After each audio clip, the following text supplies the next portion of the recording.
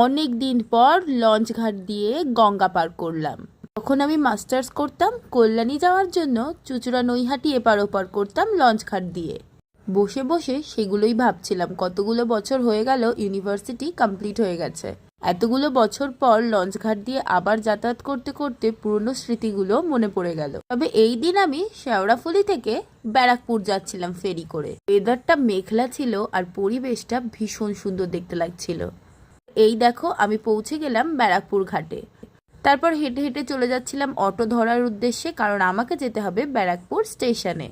ওখান থেকে ট্রেন ধরে আমার যাওয়ার ছিল আগরপাড়ায়। ব্যারাকপুরটা কিন্তু এই বসন্তে ভীষণ সুন্দরভাবে সেজে উঠেছে। তাই আর কি, এইসব দেখতে দেখতেই পৌঁছে গেলাম ব্যারাকপুর স্টেশনে। ব্যারাকপুর স্টেশনে যারা এসেছো তারা তো জানোই যে স্টেশনটা কত পুরানো, আর এর স্ট্রাকচারটা একদমই পুরোনো দিনের মতো। ব্লগটা ভালো লাগলে চ্যানেলটা সাবস্ক্রাইব করে দিও।